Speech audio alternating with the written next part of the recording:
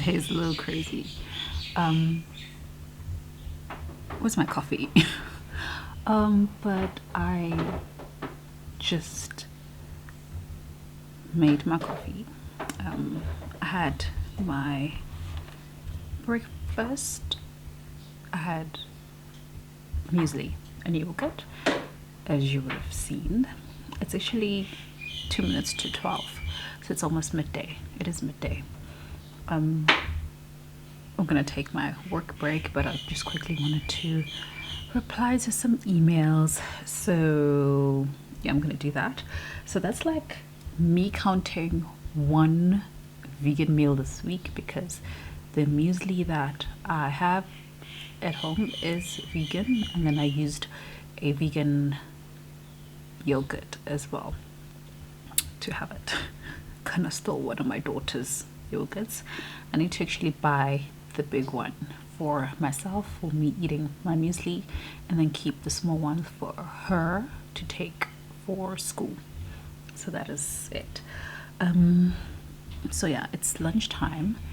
I'm trying to figure out what I should do, whether I should read or whether I should edit. Maybe I'll edit later. I feel like I want to read. I feel like I haven't read in a while, and I had a goal, personal goal of finishing Turning Tables yesterday, but with all the things that were happening, I didn't get to it. So I'm trying to get it done by Wednesday, hopefully. We'll see. We'll have to see how the day and the week pans out. Guys, I'm running out of space. Those books over there, they have nowhere to live. They have nowhere to live. My shelf is full. I don't know what to do with them. I don't know what to do with them. My cart is full. So I don't know where to place all of these books, but I guess this is why I need to read, right? I need to read and then see what needs to be on hold, and then on hold. But yeah, that's what's happening right now. I think I'm gonna read, and then I'll get back to work at 1 o'clock. So yeah. Good morning. Oh well. Good afternoon. Hi. Hello. It is Tuesday. I've been busy the whole day. I've been working, I've been doing other things. So I haven't picked up my camera. I haven't eaten. It's like 1 p.m. I'm starving. Also, I want to make a toasted avo sandwich. That's gonna be my vegan meal of the day. Later on, I want to make a veggie kind of like bean soup and make dumpling as well. So that's gonna be another vegan meal that I make today. So today is gonna be a full day. That's if I don't, oh no, I'm probably gonna snack. So I will count 2 meals today. We have milk tart in the fridge, so I'm not gonna say no to that. But yeah, I'm gonna be having 2 main meals today that are vegan. So I'm gonna make my lunch, brunch, first meal of the day type situation. So I'm gonna toast my bread. I don't have a toaster in this house actually. It broke. So I'm gonna toast it on the pan. I'm just gonna butter my bread and then toast it in the pan. I do use a vegan or / plant-based butter, so I'm good on that front if you were asking. So yeah, I'm gonna do that. Eat, take a break, maybe read. I haven't read. Even yesterday I didn't read. So I hope I can. I have to sit down and read, because hoping is not gonna get me to do it. Okay, cool.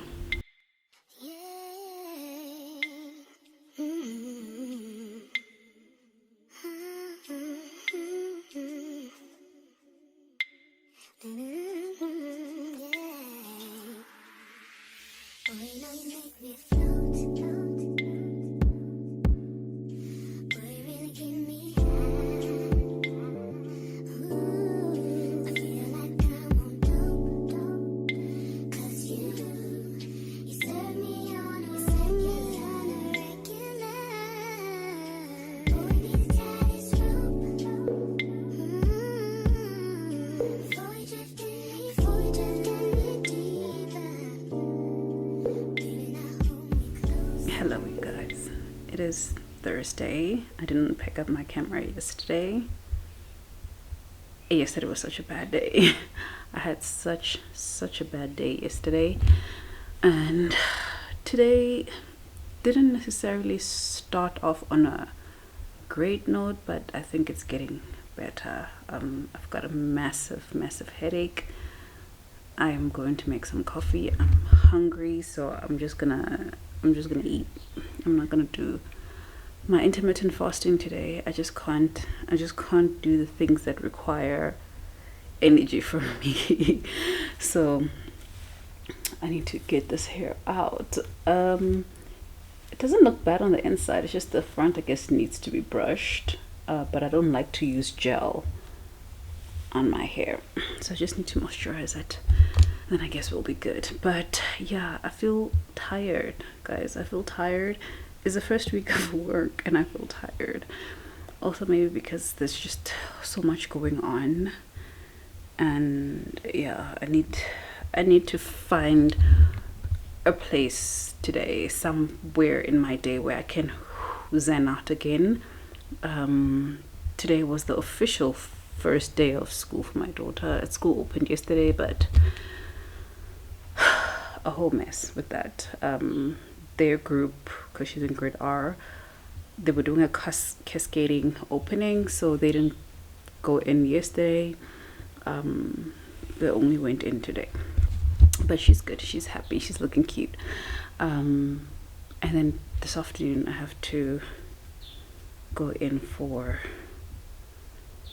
extramural activities. They're doing like a showcasing, so I have to do that today. But yeah, I've got a lot of work to get through, so yeah, I'm just gonna do that. I'm so tired, you guys. I'm so tired, and I wanted to exercise, but our morning routine, like, I couldn't wake up at 5 today. I woke up at 5:30, so I missed my window, my 5 o'clock window for getting ready. I mean, not getting ready, my 5 o'clock window for exercising, which means, sorry, I don't even know when my reading window is going to be. I'm still just trying to figure out this new schedule, but yeah, I can smell my coffee. Let me go grab it. My coffee, I need to just put in some milk, and it smells so good, and then get my day started. Talk to you guys later. Hi, you guys. It's lunchtime. I decided to go for a swim, so I got my swimming costume and some short pants so that I'm not flashing little kids. This, I don't know if I spoke about this yesterday, but this is what we went to clay, because we went to a clay restaurant like in December, and in there you essentially pick up your clay piece and then you paint it. This is my husband's one. One of the things that made my day so bad yesterday was that when I arrived home, I dropped mine by mistake, so mine is in pieces right now. I'm so hurt. My heart is broken. I don't even know if I will be able to glue it together, but I'm very disappointed. But I'm gonna go for my swim now, probably for like 30 minutes or so. I actually haven't been inside a pool and I don't know how long, and I thought that would be a good way for me to like work out today. So that's what I'm gonna do, and I'll talk to you guys later. Morning. I've started my day. I've done a bit of work. I've got a meeting in about 40 minutes, and I just wanted to come here and say hi. I'm drinking my coffee. I'm about to pour some water so I can get my first intake of water. Like I said, last week was such a bust. I hardly exercised. I wasn't in the best of moods. There was just a lot going on, so nothing really happened. I read a little bit, or maybe I read quite a lot, but I feel like I read the most maybe yesterday. And this is what I read. I've been reading Turning Tables by Alice Takawira, and I think I've explained what this book is about, I hope. If not, it is a contemporary romance with a love triangle trope, with a bit of, not even thriller, I don't even know, but it's just like obsession on an ultimate high, immigration conversations around mixed race relationships and the dynamics of that. So it's a lot that is going on here. I am almost done with it. I should be finishing it today, then hopefully I can give like a full concise wrap up of the book. And speaking of wrap ups, I'm again going back to having the feeling of, should I be doing wrap ups, should I not be doing wrap ups, because I'm doing my best to give proper thoughts and feelings on books on my weekly reads, on my weekly videos anyway.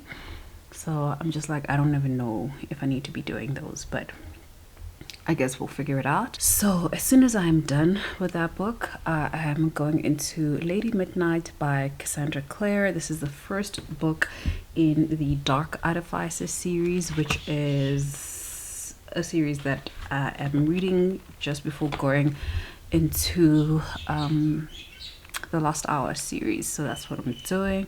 I'm also listening to The It Girl by Ruth Ware, which I find to be quite boring. I'm not really intrigued, but I want to find out who the real killer is. So we following Hannah, who, first of all, this is happening in dual timelines, so we could keep going back to the before and the after. So the before is before Hannah's best friend from university, her name was April, got murdered in their dorm room, that dorm house that they shared.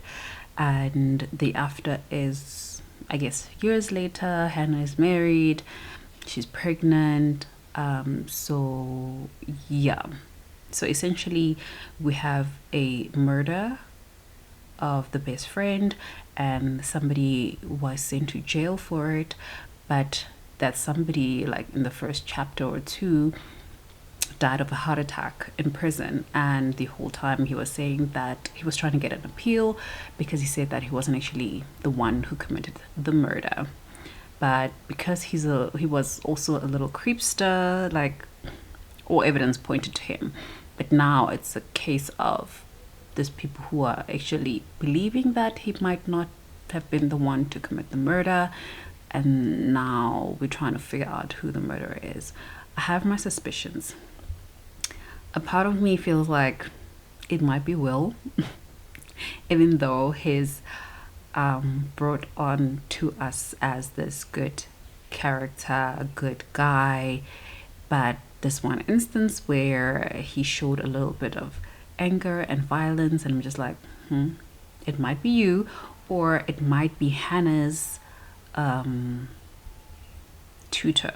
I don't trust him. He likes girls way too much, and he likes to be surrounded by girls, in my opinion, and I just don't trust him. So it's like one of those two, I feel like, is the real murderer, but we'll see. But that is my reading for the week. Like I said, It Girl is not really holding my attention, but I want to finish it because I just want to finish it. So yeah, that's my reading for the week.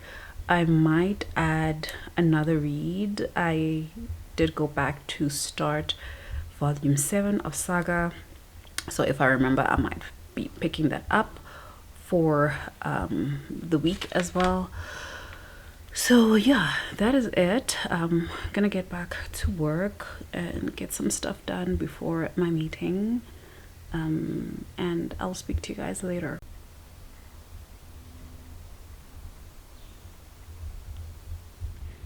Hi, you guys. It is Tuesday morning.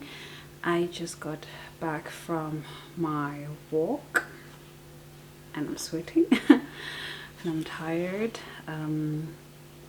but I just thought that I would give you kind of like a reading update because I finished reading Turning Tables yesterday. Sorry for that flash. I finished reading Turning Tables yesterday by Alice Takawira, and I just want to give my thoughts and rating essentially. So in terms of writing, I feel like the story was written well and it was very easy to read. So it is told in multiple timelines. So we've got 2004 where Maita meets Ade at the hospital that they both worked in, and they go on a date and they end up dating each other, right? To a point where they break up. This is not a spoiler. And then 2005 where Maita is going back to London to try and get back with Ade. So this is essentially a second chance romance trope, but at the same time it is a love triangle trope, because on her way to meet Ade, she goes and meets Chris on her flight. And then the third timeline is in 2007, which is known as current events. And at the same time, the story is being told from multiple perspectives. So we've got Ade telling the events as they unfold according to his perspective, and then Maita's, then Chris. At some point, we hear from Norma, and we hear from Ade's sister. I believe we also hear from Ade's sister. But the writing was done well. And in terms of the characters, I feel like the characters were well developed and they were believable to a point that I felt such dislike towards Chris. And if the author's intention was for Chris not to be liked, they did that very, very well, because I did not like this character at all. I thought that they were arrogant. I thought that they were ignorant. I didn't even, before we even got to other issues that were there, I don't know, there was just a bunch of red flags for me, and I did not like him for Maita, and I just did not like his persistent pushiness and like, we just met, but you're gonna hunt me down and find out where I live and drop things for me. I don't find that romantic. I find that a little bit creepy, because I did not invite you to do that. So I didn't like those gestures. I didn't like them. In terms of the plot, obviously the plot is for Maita to try and get back with Ade, and because this is a love triangle, we do understand that she's gonna at some point end up with Chris. So while you're reading this, you're trying to figure out where is she gonna end up. Is she gonna stay with Chris forever? Is she gonna get a chance to get back with Ade? That's what you're trying to figure out in here, right? In terms of intrigue, I was intrigued, but because I was so frustrated with Chris a lot of the times, I was just like, ugh. But at the same time, I just wanted to finish the story, right? He just put me through a lot. He made me feel a lot. The story deals a lot with and talks a lot on interracial relationships, where we see how Maita and Chris navigate their different backgrounds and families, and what friends think of my girlfriend or my boyfriend and all that. We see Maita, the conversation around Maita navigating around her immigrant status, because she is from Zimbabwe and she's an immigrant studying in the United States. Chris, by the way, is also an immigrant, but she does not act like it. But anyway, or doesn't have the same issues that Maita is having. So we seeing her navigate through all of that. The story also touches on domestic violence, so that will be a trigger warning for anybody who is affected by that. And yeah, there was a lot of conversation around that.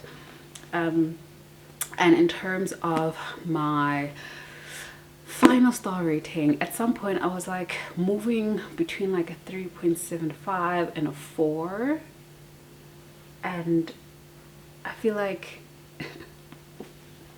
it's all on Chris. He really upset me, and I think I couldn't give it more than that because it felt like we just kept going back and forth a lot, especially with the decision making and some of the decisions that Maita was making. Sometimes I was very proud of her, and sometimes I was just like, you don't seem to know what you want. Do you actually need to be in a relationship right now? Is what I kept asking her. And at some point I really wish that we had a completely different character come out of nowhere and fall in love with Maita and leave these two dudes alone. that's how I felt. But otherwise it was a quick read. It was an enjoyable read. If somebody who likes a love triangle, this is like real love triangle where this person is really dating these people. So yeah, I finished this, and then I am currently reading this 700-page chunker. It's Lady Midnight by Cassandra Clare. I'm currently on page 42, so I'm really like early into it, but we are following Emma. Emma is a shadow hunter. She's like a teenager. She's probably like, I don't know, 18, 19. She's a teenager. She's a shadow hunter, and she is investigating the death of her parents, even though the Clave, which is the shadow hunter political society or whatever, have like shut down the case and said, this is what happened. This dude called Sebastian killed your parents, accept it, that's what it is. But she's just like, something does not feel right. I don't think Sebastian is the one who did it. And so she's trying to figure out who actually killed the parents. And more to that, the parents I think were killed, what, 5 years ago, something like that, which would make her 17 then, because I think she was 12. Sorry, it's very painful over here. They died like 5 years ago, and then now there's like a string of murders that are very similar to what happened to her parents, because they had writings all over their bodies, like some kind of like demonic writing that nobody can decode, and when their bodies were touched they kind of like crumbled. So it's like you don't know what's going on. But yeah, like I said, I'm very early in this book. I have no prior experience to the Shadowhunter world, so but I feel like I'm following the story at the same time. Maybe because I watched like 2 episodes of Shadowhunters on Netflix, so I know what things like runes are, I know what Shadowhunters are, I know what the clave is.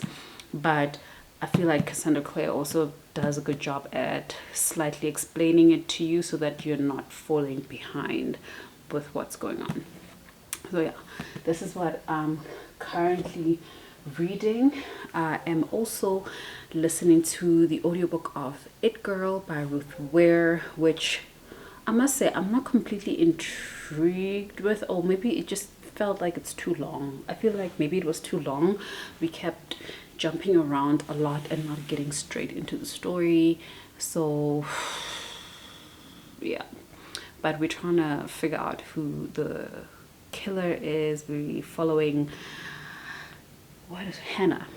Hannah, her best friend from university got murdered one day, so she's like trying to frantically figure out who did it. And then as she's doing her investigation, she's figuring out maybe there were more people who did not like April, and one person even mentioned maybe April was not the target.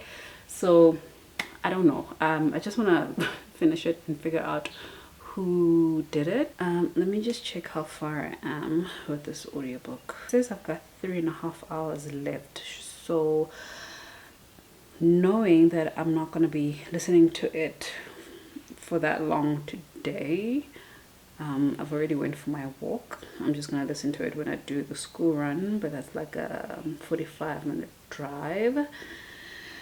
I'm not gonna finish it, so I'll probably finish it tomorrow when I'm in the office. I'm about 72, not 70, I'm 62% into it. I had also I don't know if I'll finish it this week. I'll see if I end up picking it up. But that's Saga Volume 7. I wanted to continue with it, but at the same time, I also wanted to pick up this book here, Disaster at Gogos Paza by Salamina Mosese. I read like one page. So I could literally read this during my lunch hour today and finish it. And I can add it to my list because at this point I've completed 5 books for the year, which I'm doing great so far. I'm a book ahead. I'm a little behind with my page count and my hours listened. This is all from my story graph, but I know I can catch up, so I'm not really worried. Yeah, so I'm thinking maybe I might pick this one up during my lunch so that I can just quickly add another book. It always makes you feel good to add books to your read count, especially when you have a very high reading goal. I'm not gonna lie, and it's not cheating. It is not. I am still reading. So graphic novels, children's books, manga. I'm gonna be adding those, guys. This is how I told you guys. This is how I'm gonna get to my 100 books. Because if I had to read 600-page fantasy books all the time, I wouldn't get to it. So yeah, I want to go make coffee and get my day started. I do have quite a lot of work to do. I'm feeling a bit hungry, but I'm not ready yet. I'm not yet ready to eat. So coffee does help me kind of like delay my eating time. So I'm gonna do that.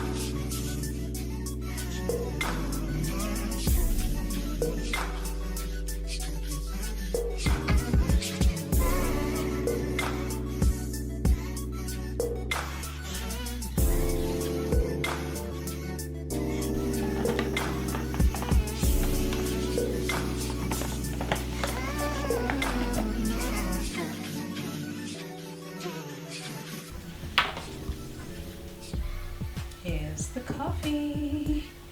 I used this organic barista oat milk, which is unsweetened. This is from Woolworths. I got this because the barista oat milk from Oatly, which is the best one, it's not easily found. I can only find it from Wellness Warehouse or from Clicks, and I hadn't been to either shop in a while, and I needed something for my coffee, and I'm always buying stuff from Woolies, so I got this one. It's not so bad. It's really not so bad, but the Oatly one definitely tastes the best. I've seen another brand as well at Dischem, but I haven't tried it. Maybe I should try it out and see how it is and which one actually tastes the best between the 3 brands. So yay, here's my coffee. Lots of bubbles in here. But there's my coffee. I'm gonna go sit down and do some work. Hello, you guys. It's currently, I think it's just like 6 o'clock. I've got quite a lot of work to still get through, but I wanted to give you guys kind of like a reading update because I am reading. Where's my phone? I'm reading, okay, you can't really see, but I'm reading The House in the Pines, a novel by Anna Reyes. So, this is a mystery thriller that for the first, how far am I? Let me just see how far I am. I'm 47% in. So I would say for like the first 30 minutes, honestly, I was bored. I was bored for the first 30, not 30 minutes, for the first 30% of the book I was bored because I didn't really see where the story was going, right? But essentially we follow a main character called Amy who struggles with drug abuse, and in the story they talk a lot about drug abuse and withdrawal symptoms and all that. So her drug abuse was induced by the fact that her best friend, when she was a teenager, suddenly died, and nobody could give reason as to why or how it happened, but she died while in the presence of her boyfriend at the time, and his name is Frank, right?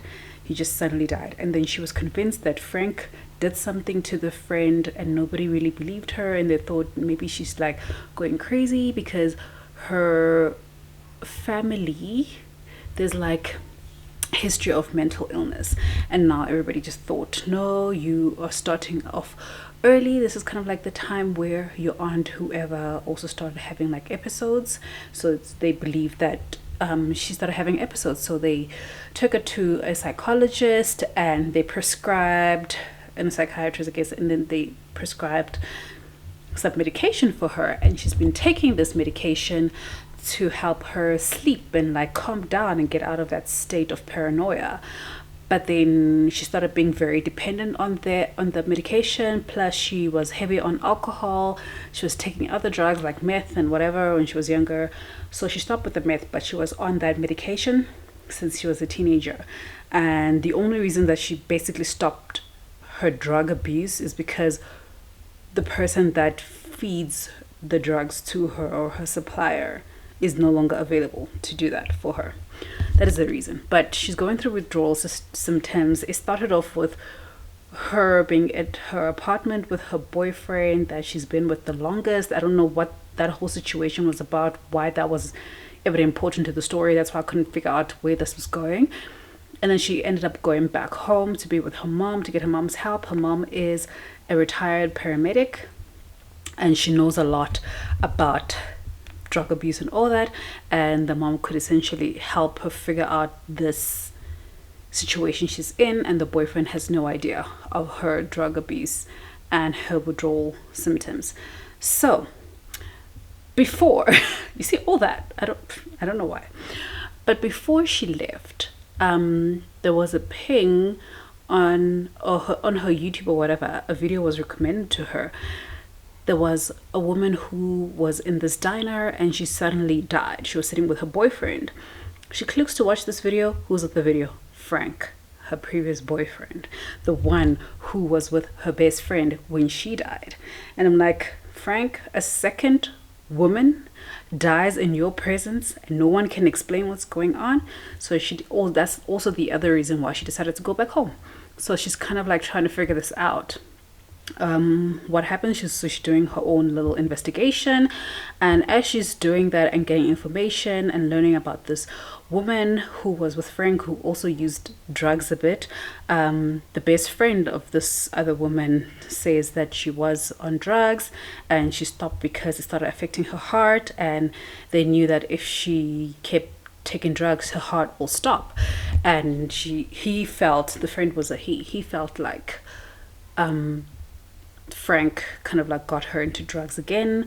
And then they spoke about how the friend would disappear for the day and then come back like nothing happened.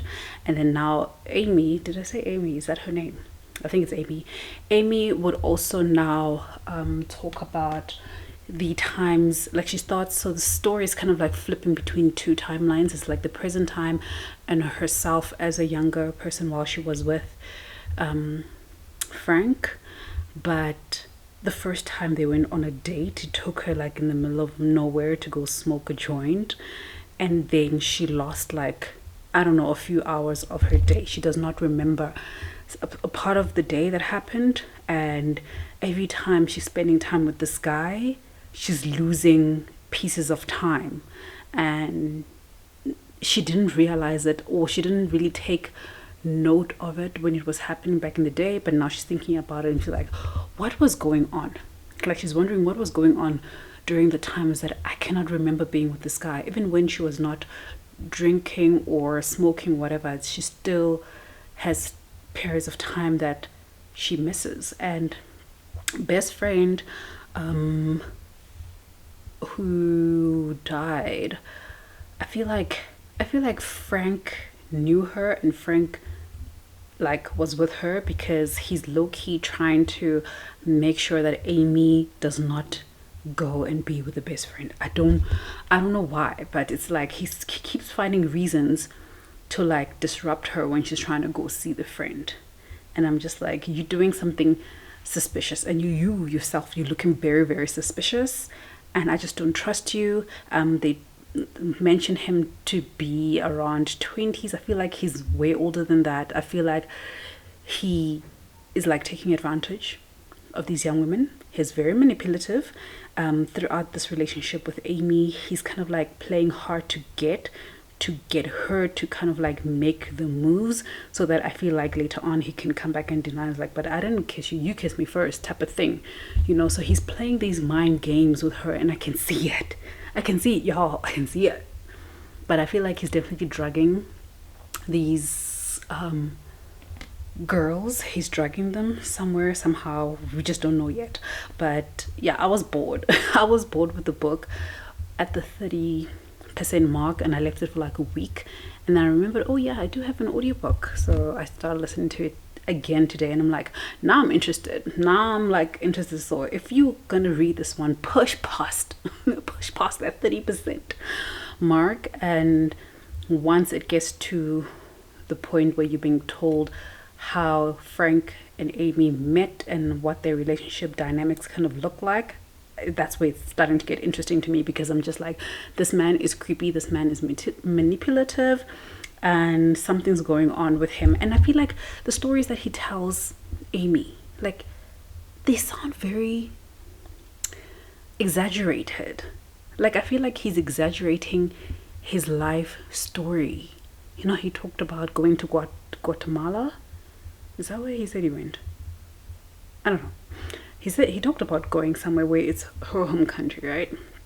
And there was this mountain with all these staircases that you're not allowed to climb because it's not safe or whatever. It's like, yeah, but you know, I did it. Me, this one, I did it. And I'm just like, why? And yeah, I don't know. He's trying to come across as somebody who's like vulnerable and like so caring, because also he talks about his father and him being like a caretaker to his father. And but I don't trust him. I don't trust Frank. That's all I'm gonna say. I'm gonna keep listening while I pack the dishwasher, and I'll probably only speak to you again tomorrow. I don't think I'm gonna pick up my camera for the rest of the night because I still have to do some work. I want to do a workout as well from the Fit On app, and then I want to read. So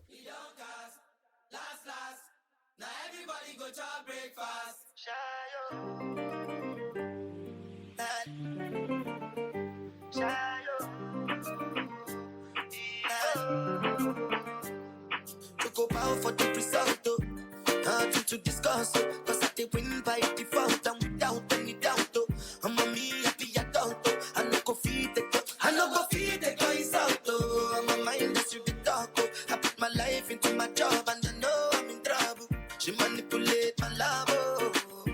I know holy, and I know they get pose like the Baba Frayo.